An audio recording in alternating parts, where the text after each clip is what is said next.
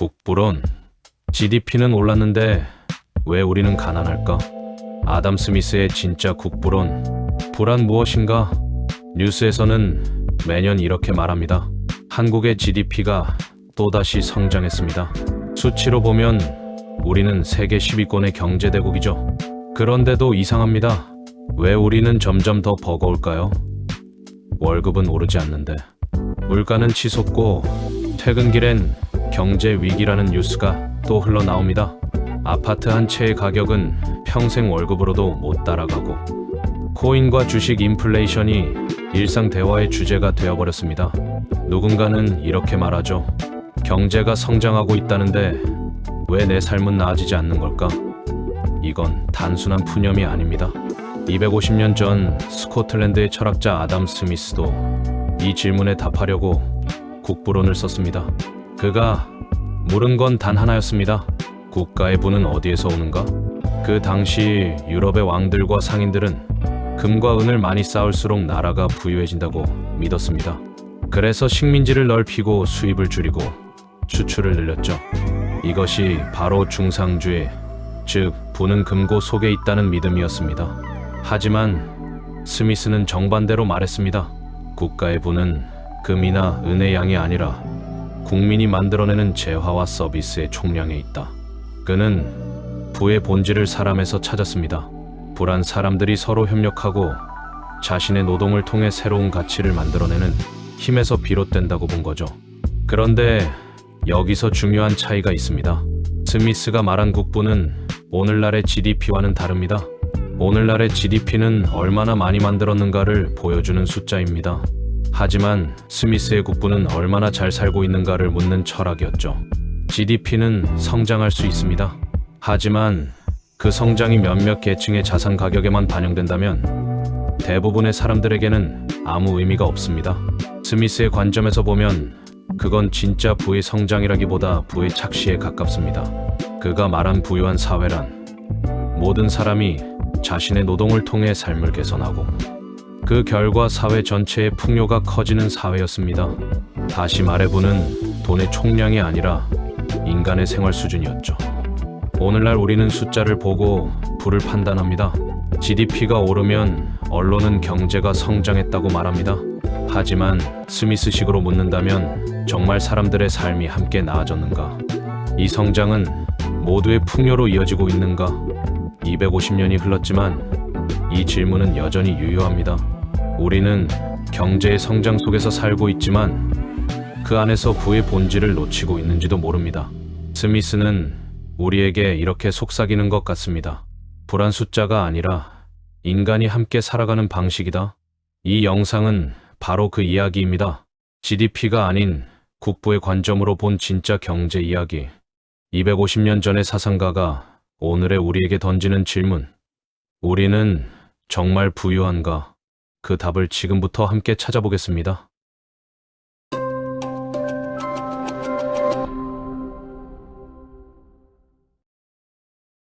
첫 번째 챕터, 부의 원천, 금이 아니라 생산성이다. 스미스는 이렇게 말했습니다. 국가의 부는 국민의 노동이 얼마나 생산적으로 조직되어 있는가에 달려 있다. 그의 시대 유럽의 왕들은 부를 금고 안의 금덩어리로 여겼습니다. 국가의 힘은 금과 은, 즉 귀금속의 양으로 측정됐고 무역 흑자를 내기 위해 식민지를 넓히고 다른 나라의 부를 빼앗았습니다. 하지만 스미스가 본 세상은 달랐습니다. 그는 이렇게 묻습니다. 금이 많다고 해서 빵이 많아지는가? 아무리 금이 쌓여 있어도 그것만으로 사람들의 식탁에 음식이 오르지 않습니다. 금은 부를 상징할 뿐 만들어내지 못합니다. 진짜 부는 금고 안이 아니라 사람들의 손과 머리 그리고 협동의 힘에서 만들어집니다. 그에게 부유한 나라란 금이 넘치는 나라가 아니라 국민들이 자신의 노동을 통해 새로운 가치를 만들어내고 그 생산성이 사회 전체의 풍요로 이어지는 나라였습니다. 이 통찰은 250년이 지난 지금도 여전히 유효합니다.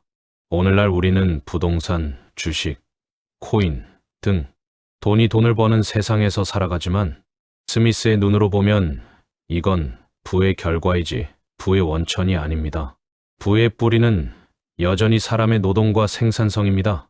누군가가 무언가를 만들고 누군가가 그것을 필요로 하고 그 교환이 이어질 때 사회의 전체적인 부가 자라납니다. 스미스가 보는 부의 본질은 거래되는 돈이 아니라 창조되는 가치였습니다. 그래서 스미스에게 경제란 단순히 수치나 거래의 문제가 아니었습니다. 그가 말한 부의 증대란 모든 사람이 자신의 노동으로 사회에 기여하고 그 대가로 삶의 질이 나아지는 상태였습니다. 다시 말해 생산성이 높아지는 사회는 곧 정의로운 사회였던 겁니다. 두 번째 챕터, 분업과 교환, 협력이 만든 부. 오늘날 우리가 온라인 게임을 할 때도 스미스가 말한 분업과 교환의 법칙은 그대로 작동합니다. 예를 들어 어떤 게임들은 플레이어가 아이템을 서로 거래할 수 있게 해두죠.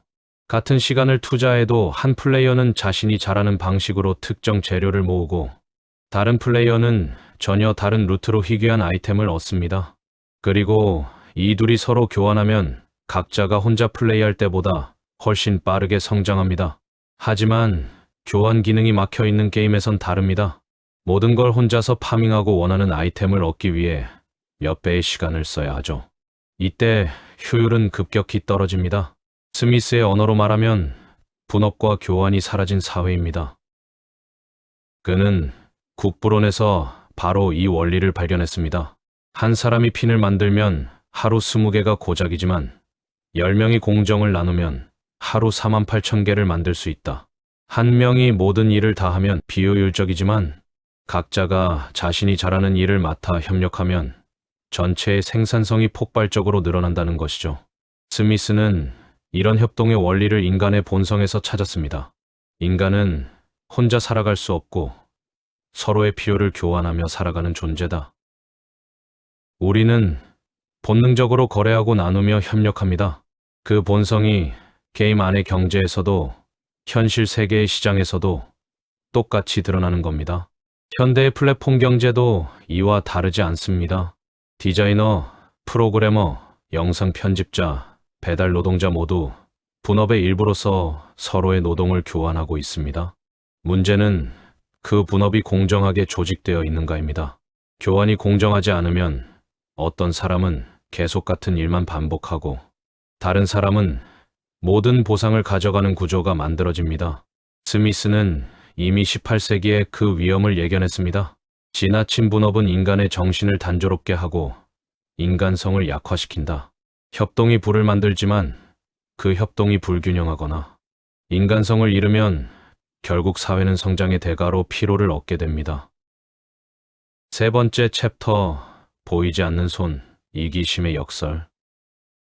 보이지 않는 손, 경제학에서 가장 유명한 문장이죠. 하지만 정말 이 손이 뭘 의미하는지 아는 사람은 많지 않습니다. 스미스가 이 말을 했을 때 그는 단순히 탐욕이 사회를 발전시킨다고 말한 게 아니었습니다. 그가 본 건 가격이 가진 놀라운 힘이었죠.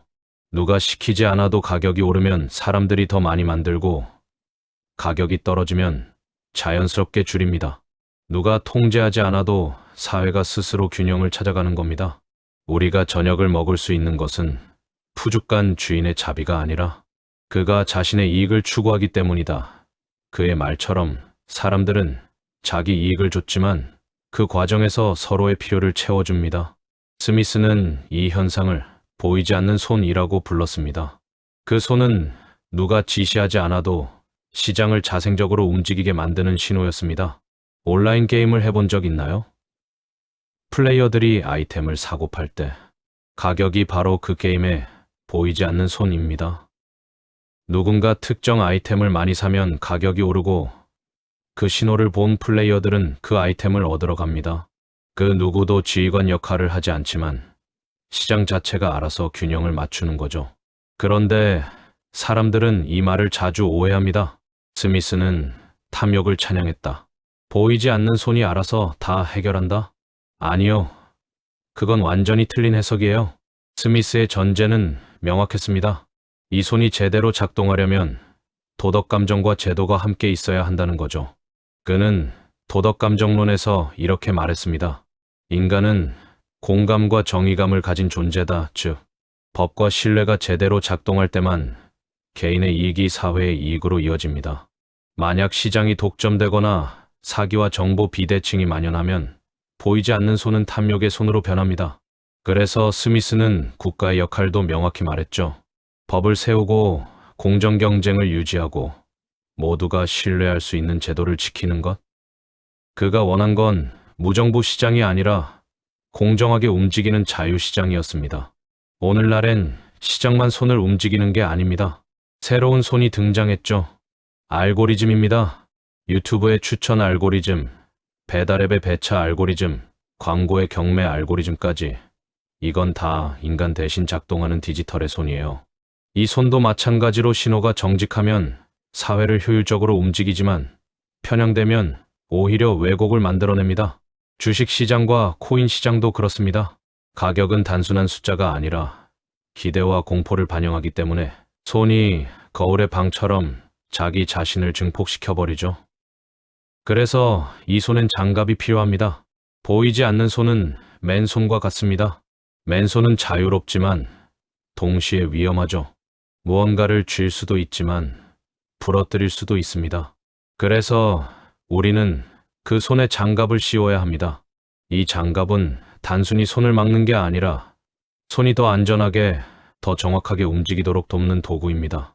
경제에서 그 장갑은 바로 법과 제도 그리고 투명성과 책임 같은 사회적 장치들이죠.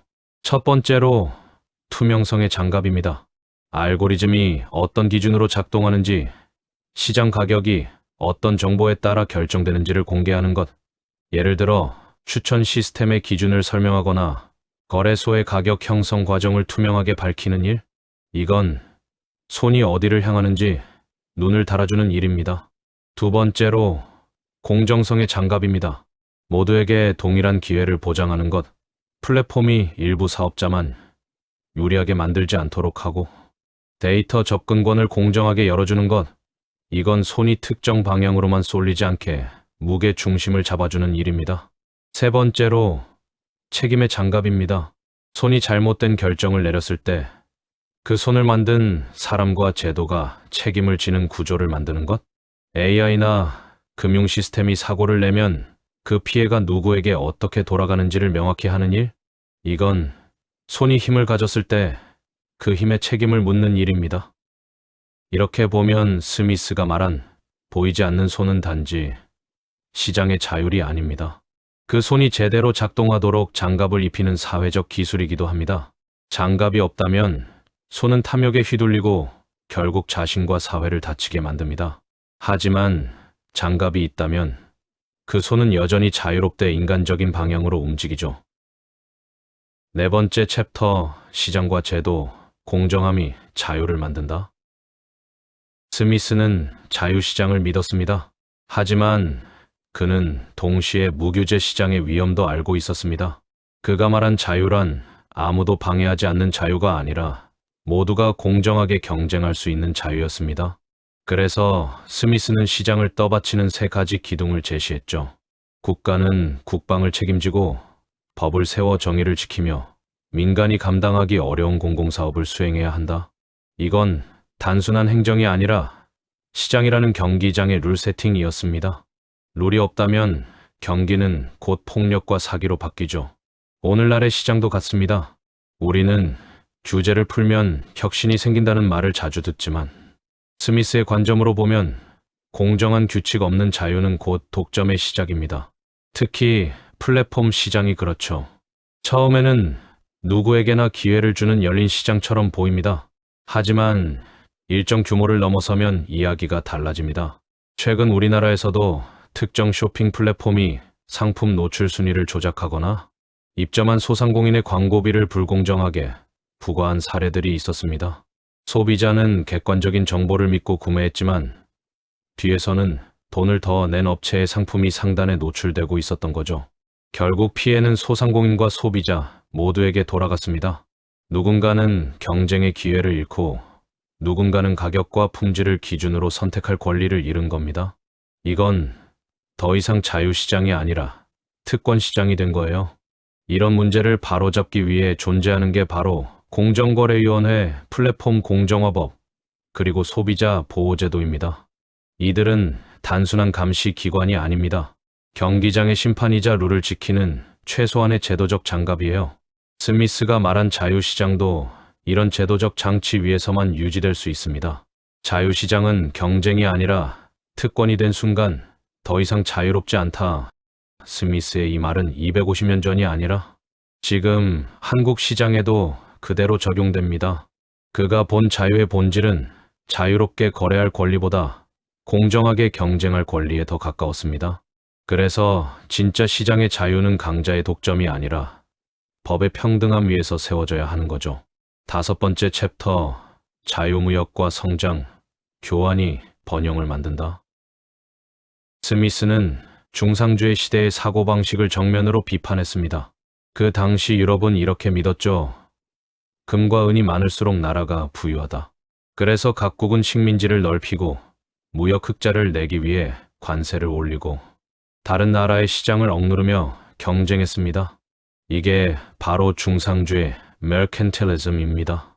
한 나라의 이익이 곧 다른 나라의 손해라는 제로섬 사고방식이죠. 하지만 스미스는 달랐습니다. 그는 이렇게 말했습니다. 무역은 전쟁이 아니라 인간의 보편적 협력이다. 각 나라가 잘하는 일에 집중하고 그 결과를 서로 교환하면 모두가 더 부유해질 수 있다고 봤습니다. 즉, 불안, 금의 양이 아니라 생산성과 교환의 폭으로 측정되어야 한다는 것이죠. 이 원리는 오늘날 글로벌 경제의 근간이 되었습니다. 스마트폰 하나를 예로 들어볼까요? 칩은 대만에서, 디스플레이는 한국에서, 조립은 중국에서, 설계는 미국에서 이루어집니다. 이건 단순한 분업이 아니라 스미스가 말한 교환을 통한 부의 확장의 현대적 버전입니다. 하지만 지금 세계는 역행하고 있습니다. 최근 몇 년 사이 미국은 자국 산업 보호를 이유로 철강, 반도체, 전기차 등 여러 품목의 고율의 관세를 부과하고 있습니다. 그리고 그 대가로 우리 편에 서라, 우리 기술을 따르라는 정치적 조건을 요구하기도 하죠. 이건 18세기 유럽의 중상주의적 전략과 놀랍도록 닮았습니다. 당시 유럽 왕국들이 식민지 무역을 통제하던 방식과 비슷하죠. 반면 스미스의 철학은 정반대였습니다. 그는 이렇게 주장했습니다. 무역을 제한하는 나라는 자기 국민에게 스스로 담을 쌓는 것과 같다. 자유로운 무역이란 힘의 논리가 아니라 신뢰의 네트워크입니다. 국가 간 교환은 승자와 패자를 가르는 싸움이 아니라 서로의 생산성을 높이는 협력이어야 한다는 거죠. 이 철학은 오늘날 WTO 체제, 즉 세계무역기구가 세운 자유무역의 기본 질서로 이어졌습니다. 모든 나라가 같은 규칙 아래서 분쟁을 해결하고 관세를 줄이고 상호 신뢰를 기반으로 교환하는 구조. 그런 스미스의 아이디어가 21세기 글로벌 경제의 설계도로 발전한 셈이죠. 하지만 역설적이게도 그 질서를 만든 미국조차 지금은 다시 중상주의적 방향으로 회귀하고 있습니다. 우리 산업을 보호하자는 구호 아래 세계의 공급망을 무기처럼 쓰고 있죠. 스미스가 살아있었다면 아마 이렇게 말했을 겁니다. 보호는 언제나 국민을 위한 것처럼 보이지만 결국 그 대가를 국민이 치르게 된다.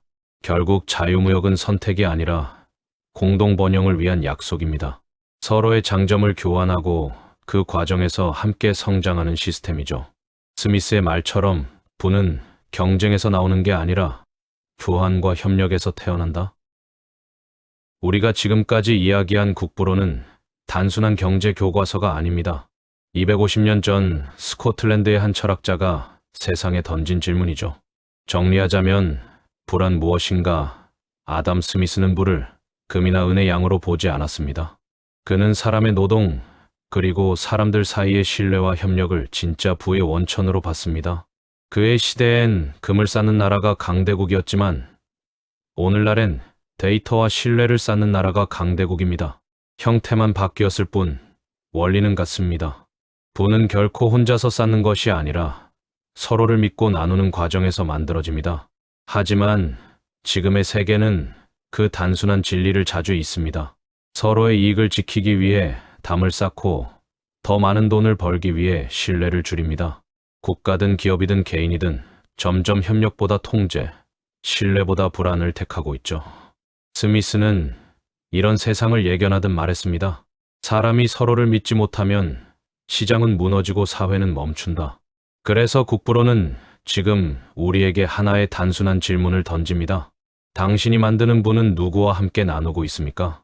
우리는 여전히 보이지 않는 손이 움직이는 세상에 살고 있습니다. 하지만 그 손이 제대로 작동하려면 그 아래에는 언제나 보이는 마음? 즉, 공정함과 신뢰 그리고 인간성이 있어야 합니다. 스미스가 말한 국부는 결국 이런 뜻이었죠. 부유한 사회란 모두가 서로의 가치를 인정하는 사회다. 마지막 문장에서 부는 숫자가 아니라 사람의 약속입니다. 그 약속이 지켜질 때 경제는 국부가 되고 사회는 진짜로 풍요로워집니다. 이상 합리적인 유인원 연구소였습니다. 구독과 좋아요는 여러분의 가장 합리적인 선택입니다.